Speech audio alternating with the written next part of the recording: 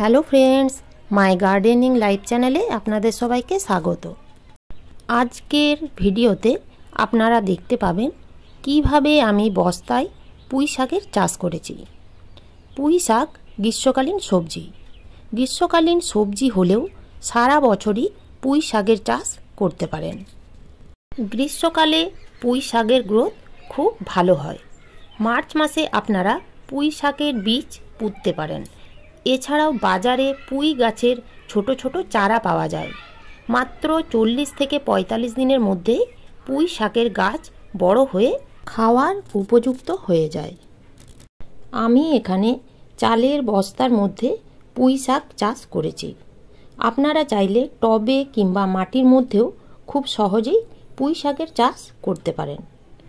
পুঁই শাক চাষের জন্য বস্তার মধ্যে আমি যে মাটিটা নিয়েছি তাতে 60 ভাগ মাটি ও 40 ভাগ গোবর সার নিয়েছি।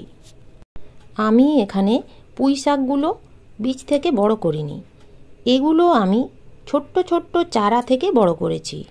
এই বস্তাটিতে দুটো চারা, একেবারে ছোট্ট ছোট্ট দুটো চারা একসাথে লাগিয়ে দিয়েছিলাম। তারপর মাটিটা ভালো করে জল দিয়ে ফুল সানলাইটে রেখে দিয়েছিলাম। ফুল সানলাইটে রাখলে পুঁই শাকের গ্রোথ খুব ভালো হয় এবং পাতার সাইজও বেশ বড় হয়।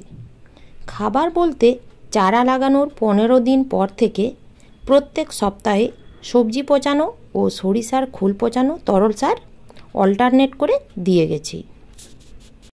শাক জাতীয় গাছে নাইট্রোজেনযুক্ত খাবার দিলে গাছের গ্রোথ খুব ভালো হয়। সবজি পচানো তরল সার এবং সরিষার খোল পচানো তরল সারে নাইট্রোজেন ছাড়াও নানান রকমের পুষ্টি থাকে বলে একটা গাছের জন্য যা কিছু প্রয়োজনীয় পুষ্টি সমস্ত রকম এই দুইটি তরল সারের মধ্যে পেয়ে যায়। তাই আমি কোনো রকম রাসায়নিক সার সবজি গাছে ব্যবহার করি না। খাবারের পাশাপাশি পুঁই গাছে জলের প্রয়োজন আছে, তাই গ্রীষ্মকালে প্রয়োজনে 2 বার জল দিতে হবে। গাছ যখনই একটু বড় হয়ে লতানো শুরু করবে তখন থেকেই পুঁই গাছের জন্য মাচা তৈরি করে দিতে হবে। আমি এইভাবে দড়ি দিয়েই মাচা তৈরি করে দিয়েছি। পুঁই গাছের পাতাগুলো দেখুন বন্ধুরা, একেবারে সবুজ এবং সতেজ আছে। 2 দিন অন্তর অন্তর আমি এই পুঁই গাছে পুরো জল দিয়ে স্প্রে করে ধুয়ে দিই, যার ফলে এই পুঁই গাছে কোনো রকম পোকামাকড়ের আক্রমণ হয়নি এবং কীটনাশক দেওয়ার প্রয়োজনও পড়েনি। আপনাদের যদি কীটনাশকের প্রয়োজন পড়ে তাহলে নিম তেল ব্যবহার করবেন। যখন দেখবেন গাছ বেশ বড় হয়েছে এবং খাওয়ার উপযোগী হয়েছে তখন থেকেই ডাল কাটতে শুরু করবেন। তাহলে সেই কাটা ডালগুলির পাশ দিয়ে আরও অনেক বেশি ডাল গজাবে এবং গাছও আরও ঝোপালো হবে। যত বেশি ডাল কাটবেন তত বেশি ফলন পাবেন। পুঁই গাছের কাটিং থেকেও খুব সহজেই চারা তৈরি হয়ে যায়।